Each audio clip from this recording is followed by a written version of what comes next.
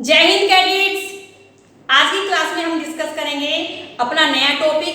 हमारा होगा structure and functioning of the human body.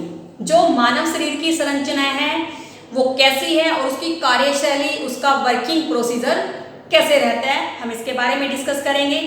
देखिए, सबसे पहले हमारी बॉडी की सबसे छोटी यूनिट आप देखिए कौन सी है। हमारा बॉडी बनता कैसे है, पूरा स्ट्रक्चर रेडी कैसे होता है। सबसे छोटी इकाई स्मॉल यूनिट होती है सेल। बंडल ऑफ सेल्स मिलके क्या करते हैं, एक टिश्यू बनाते हैं, और बंडल ऑफ टिश्यू मिलके क्या करते हैं, एक ऑर्गन को बनाते हैं, और ऑर्गन मिलके क्या करते हैं, एक सिस्टम बनाते हैं, और बहुत सारे सिस्टम मिलके क्या करते हैं, हमारी पूरी बॉडी को असेंबल करते हैं, बॉडी बनाते हैं।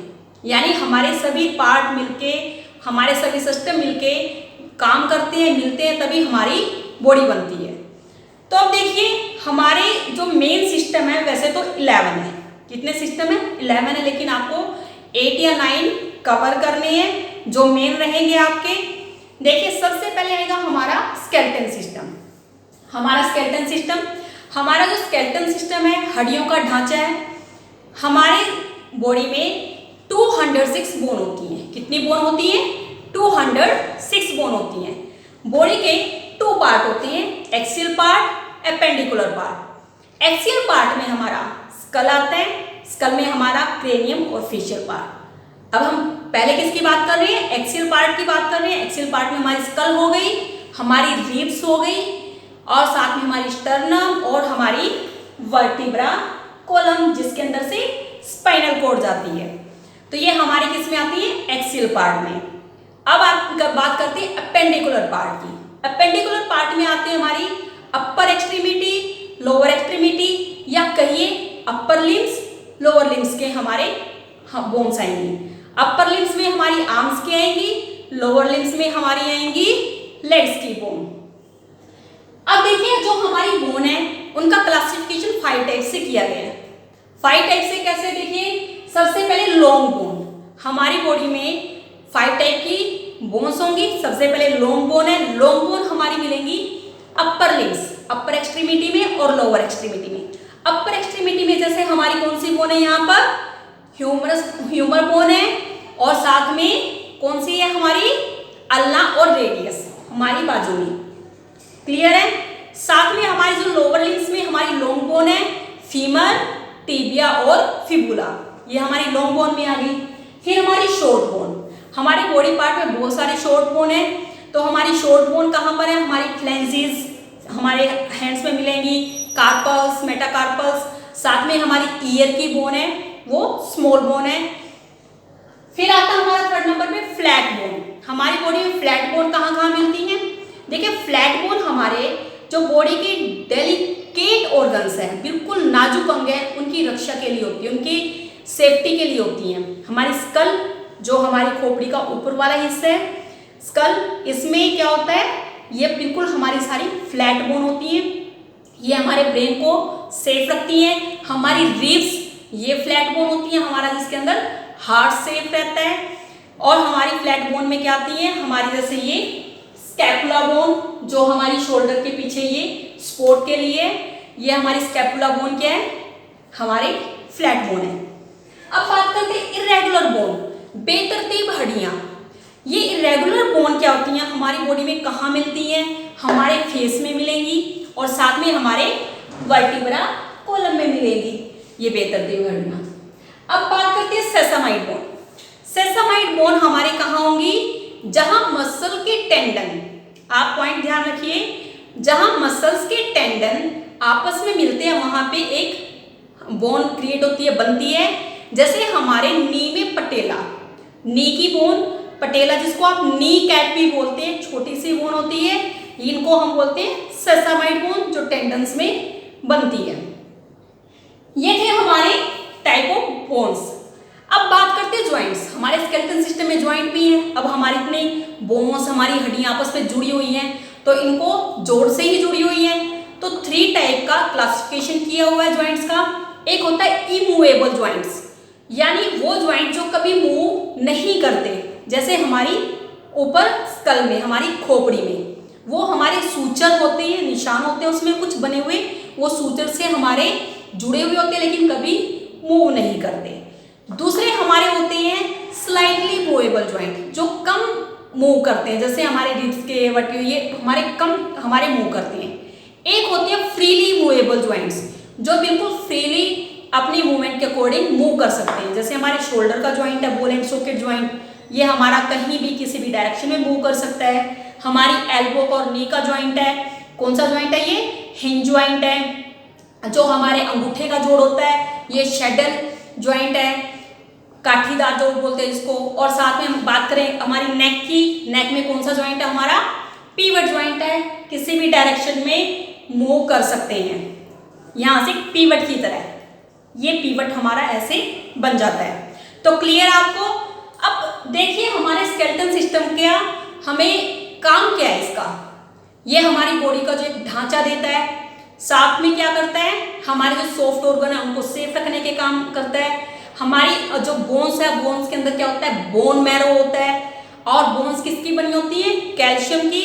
जो बॉडी में लगता है कि कैल्शियम कम होने लग गया है तो बोन्स बॉडी में कैल्शियम का सिक्रीशन करना छोड़ना स्टार्ट कर देती है। अब बात करते हैं मस्कुलर सिस्टम की। मस्कुलर सिस्टम हमारी बॉडी का 45 to 47% वेट किसका होता है, मसल्स का होता है। मसल्स किसकी बनी होती है, 25% मसल्स हमारी बनी होती हैं प्रोटीन से और 75% मसल्स बनी होती हैं वाटर से। हमारी बॉडी में 600 से लेके 640 तक के आसपास हमारी मसल्स होती हैं। अब देखिए मसल्स हमारी क्या करती है, बॉडी को शेप देती हैं, पावर देती हैं, स्ट्रेंथ देती हैं। और जो हमारी मसल्स हैं ये 3 टाइप से क्लासिफिकेशन किया गया है। सबसे पहला वॉलेंट्री मसल्स। वॉलेंट्री मसल्स हमारी वो मसल्स होती हैं जो हमारे अकॉर्डिंग काम करती है, हमारी इच्छा के अकॉर्डिंग काम करते हैं, इनको ऐच्छिक मसल्स बोलते हैं वॉलेंट्री। जैसे हमने कुछ चीज उठानी है, हमारी आर्म्स की मसल, हमने चल के जाना है, हमारी लेग्स की मसल्स, हमने उठना सोना है जो हमारे बैक में यूज होती है वो मसल्स सारी, ये हमारी ऐच्छिक मसल्स आ गई। अब बात करते हैं इनवॉलेंट्री मसल्स। ये होती है अनैच्छिक मसल्स जो हमारे अकॉर्डिंग काम नहीं करती, इनका अपना प्रोसीजर है, अपने अकॉर्डिंग इनका काम होता है। जैसे हमारे अंदर डायफ्राम है या फिर हमारा डाइजेस्टिव सिस्टम के अंदर जो मसल्स हैं, ये मसल्स अपने आप काम करती हैं, इनके ऊपर हमारा कोई कंट्रोल नहीं होता। फिर आता है कार्डियक मसल्स। कार्डियक मसल्स बिल्कुल डिफरेंट है इनसे। वो कैसे हैं, ये दोनों का मिक्सचर है। वॉलेंट्री मसल्स की तरह तो कार्डियक मसल्स की बनावट होती है। कार्डियक मीन्स जो अपने हमारी हार्ट की मसल्स हैं, उसमें क्या है कि वॉलेंट्री मसल्स की तरह तो बनावट होती है उनका। देखो इन दोनों मसल्स की बनावट अलग अलग होती है, वॉलेंट्री और इनवॉलेंट्री। लेकिन कार्डियक में क्या है, वॉलेंट्री मसल्स की बनावट है और वर्क करने का जो उनका तरीका, काम करने का मेथड है कैसा है, इनवॉलेंट्री है। उसके ऊपर हमारा कंट्रोल नहीं है, बनावट वॉलेंट्री और वर्क इनवॉलेंट्री। तो क्लियर आपको ये हमारा मस्कुलर सिस्टम। अब बात करते हैं रेस्पिरेटरी सिस्टम। रेस्पिरेटरी सिस्टम वो सिस्टम जब हम क्या करते हैं, एयर को अंदर लेके जाते हैं और बाहर निकालते हैं, यानी जहां गैसेस का एक्सचेंज होता है। हमारी बॉडी को नीड होती है O2 की, तो क्या करते हैं, एयर में तो बहुत सारी गैसेस हमारे अंदर जाती है, लेकिन एक प्रोसीजर होता है हमारे लंग्स के अंदर, तो वहां क्या होता है, O2 रखते हैं और CO2 को, अदर गैसेस को बाहर निकाल देते हैं। अब हमारे इसमें नोज, हमारा लैरिंक्स, ये हमारा ट्रैकिया इसमें आ गया, और इसके में हमारा जो श्वास नली, जिसको हम, जो हमारी विंड पाइप है वो होती है। आप देखिए फिर हमारा लंग्स आ गए, इसमें लंग्स में ब्रोंसीज है, हमारी ब्रोंसियोलिस है, ये एल्वियोलिस है, ये सब क्या करती है, हमारी गैसेस को एक्सचेंज करती हैं। ये हमारा हो गया रेस्पिरेटरी सिस्टम। अब बात करते हैं डाइजेस्टिव सिस्टम। डाइजेस्टिव सिस्टम हमारे माउथ से स्टार्ट होता है। कहाँ से स्टार्ट होता है, माउथ से। हमारे कोई भी हम इनटेक करते हैं फूड, फ्रूट या कोई भी चीज़, तो उसमें क्या होता है कि हम अपने दांतों से हम कट कर रहे हैं, हमारी उसमें टंग यूज हो रही है, हमारा स्लाइवा, हमारा इसमें लैरिंक्स, फेरिंक्स, हमारा एसोफेगस, तो ये हमारे जो हमारी आमाशय, अग्नाशय हो गई, ये इसमें सारा का सारा प्रोसीजर मिलके क्या काम करता है, हमारे फूड को चबाने कटाने से लेके डाइजेस्ट करने तक हमारी लार्ज एंड स्मॉल इंटेस्टाइन जो हमारी आंतें हैं, छोटी आंत और बड़ी आंत, उसमें सारा हमारे डाइजेशन का ही काम होता है। और बड़ी आंत के थ्रू हमारा जो वेस्ट प्रोडक्ट है, जो हमारी बॉडी के अंदर वेस्ट होते हैं, वो रेक्टम के थ्रू बाहर निकल जाती हैं। तो क्लियर आपको डाइजेस्टिव सिस्टम। अब देखिए रेस्पिरेटरी सिस्टम से हमें क्या मिलती है, हमें O2 मिलती है। हमारी बॉडी के लिए अंदर जो O2 पूरी बॉडी में सप्लाई होता है और फूड से क्या होता है, एनर्जी मिलती है। अब बात करते हैं सर्कुलेटरी सिस्टम। सर्कुलेटरी सिस्टम को ऑर्गन सिस्टम भी बोलते हैं। सर्कुलेटरी सिस्टम में हमारा क्या आता है, हार्ट, हमारा हार्ट आएगा, ब्लड और ब्लड वेसल्स। हार्ट देखिए, हमारे हार्ट लेफ्ट साइड होता है, इसमें 4 चैम्बर होते हैं, 4 वॉल्व होते हैं। तो इसमें हमारे हार्ट में क्या होता है, सर्कुलेटरी, पूरी बॉडी में ब्लड को सप्लाई करने का डिपार्टमेंट सर्कुलेटरी सिस्टम का हमारे हार्ट का काम है। तो अब हमारे हार्ट में क्या होता है, इम्प्योर ब्लड जाता है और प्योर ब्लड पूरी बॉडी में सप्लाई किया जाता है। अब हमारे इसमें यही काम चलता रहता है, हमारी वो इसमें हार्ट के एक पार्ट में ब्लड आता रहता है और एक साइड में ब्लड एक साइड से जाता रहता है। अब है ब्लड। ब्लड में क्या है कि हमारी पूरी बॉडी को एनर्जी देता है। इसमें क्या क्या होते हैं, हमारे WBC, RBC, प्लेटलेट्स वगैरह हमारे किसमें होते हैं, हमारे ब्लड में होते हैं। अब बात करते हैं ब्लड वेसल्स। ये हार्ट के साथ जुड़ी है। ब्लड वेसल्स में आती है हमारी आर्टरीज। आर्टरीज होती हैं जो हमारी बॉडी में ब्लड को सप्लाई करती हैं, हार्ट से पूरी बॉडी पार्ट तक ब्लड को लेके जाती हैं। और उसके बाद आती है हमारी कैपिलरीज। हमारी बॉडी के जो पार्ट्स हैं, ऑर्गन्स हैं, उनमें जहां ब्लड सप्लाई होता है आर्टरीज के थ्रू, वहां पे क्या होता है, कैपिलरीज होती है, बिल्कुल छोटी छोटी बारीक बारीक उसमें महीन नलिकाएं होती हैं। वो क्या करती हैं, ब्लड को चेंज करती हैं, जो ब्लड उनको चाहिए वो लेती हैं और जो देना है वो दे देती हैं। और फिर आती है हमारी वेन्स। कैपिलरीज से क्या होता है, वेन हमारी मिली होती हैं, वो वेन क्या करती हैं, दूसरा ब्लड लेके वापस हार्ट की तरफ आती है। यानी आर्टरीज क्या करती हैं, ब्लड को हार्ट से अरोटा के थ्रू बाहर निकलता है और पूरी बॉडी में ब्लड को लेके जाती हैं। और वेन्स क्या करती हैं, पूरी बॉडी से ब्लड को कलेक्ट करके किसी भी पार्ट से वापस हार्ट तक लेके आती हैं। और कैपिलरीज ब्लड का एक्सचेंज करती हैं। तो क्लियर आपको सर्कुलेटरी सिस्टम हमारा इंपॉर्टेंट सिस्टम माना जाता है, क्योंकि पूरी बॉडी को जो एनर्जी, O2 जो भी कुछ है वो हमारे ब्लड से मिलता है और इसी के थ्रू हम काम करते हैं। अब आता है नर्वस सिस्टम। नर्वस सिस्टम, जो हमारा नर्वस सिस्टम है उसके 3 पार्ट है। एक आता है हमारा सेंट्रल नर्वस सिस्टम, पेरिफेरल और ऑटोमिक। हमारा ये 3 टाइप से नर्वस सिस्टम है। हमारा सेंट्रल नर्वस सिस्टम में हमारा ब्रेन आ जाएगा, सेरिबलम और डेंसेफेलोस, और इसमें थैलामस, हाइपोथैलामस इसके पार्ट होते हैं बीच में, वो आ जाएंगे मेडुला ऑब्लांगेटा। ये सब हमारे किस में आते हैं, सेंट्रल नर्वस सिस्टम में।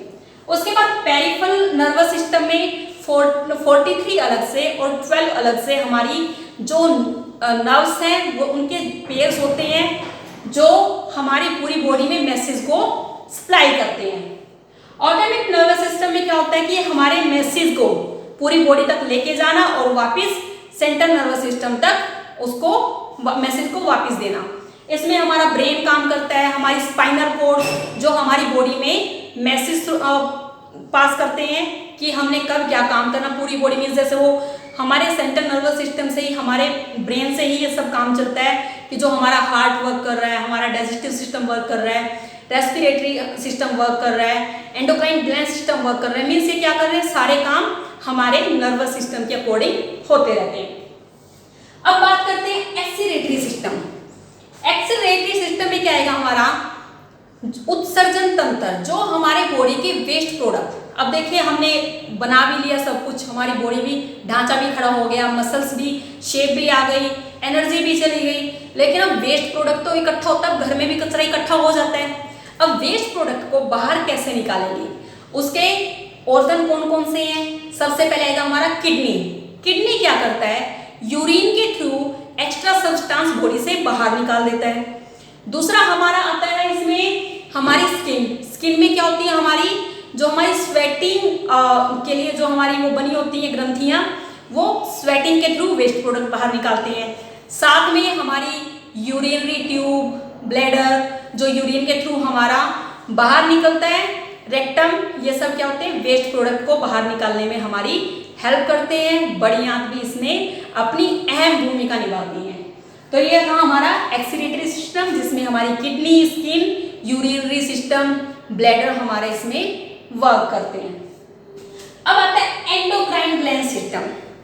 Endocrine gland system means ductless gland. हमारे बॉडी में जो ग्लैंड्स होती हैं, जैसे हमारा लीवर है और पेनक्रियाज है, वो हमारी विद डक्ट है, मीन्स उसमें नलिकाएं बनी हुई हैं, वो हमारी ग्लैंड्स हैं। लेकिन हमारी एंडोक्राइन ग्लैंड्स में क्या होती हैं, वो ग्रंथियां, वो ग्लैंड्स जिनमें डक्ट नहीं होती, नलिकाएं नहीं होती। तो उसमें हमारी कुछ मेन हैं, जैसे आपकी पिट्यूटरी ग्लैंड जो आपके हाइपोथैलेमस में होती है, और आपकी फिर उसके बाद आ जाती है ये थायराइड, पैराथायराइड, थायमिन जो हमारी स्टर्नम के ऊपर होती है, यहाँ पर एक ग्लैंड, और साथ में एड्रिनल ग्लैंड जो हमारी किडनी के ऊपर होती है एक एक, और उसके बाद टेस्टी, ओवरी जो हमारी सेक्स ग्लैंड है। तो ये सभी ग्लैंड्स क्या हैं, ये हार्मोन का सिक्रेशन करते हैं, अपने अपना काम करते हैं, और पूरी बॉडी में हार्मोन्स को सिक्रेट करके वो एक दूसरे की चीज़ों को कंट्रोल रखते हैं, ताकि हमारी बॉडी अच्छे से काम करती रहे। जब ये सभी सिस्टम, हमारा skeletal system, muscular system, respiratory system, digestive system, circulatory system, nervous system, excretory system और एंडोक्राइन ग्लैंड सिस्टम मिलकर काम करते हैं, हमारी बॉडी बिल्कुल हेल्दी रहती है, अच्छे से रहती है। बॉडी के किसी सिस्टम के किसी एक ऑर्गन में कोई भी प्रॉब्लम आ जाती है, तो प्रॉब्लम वो सिर्फ एक ऑर्गन की नहीं होती, वो पूरी ह्यूमन बॉडी की प्रॉब्लम बन जाती है।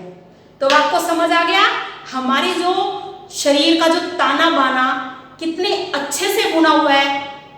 आप लोगों ने समझा इस चीज को, आपको सभी सिस्टम और पॉइंट्स क्लियर हैं? तो ठीक है, आपने इनको अच्छे से करना है, मेन पॉइंट्स को ध्यान में रखना है। जय हिंद।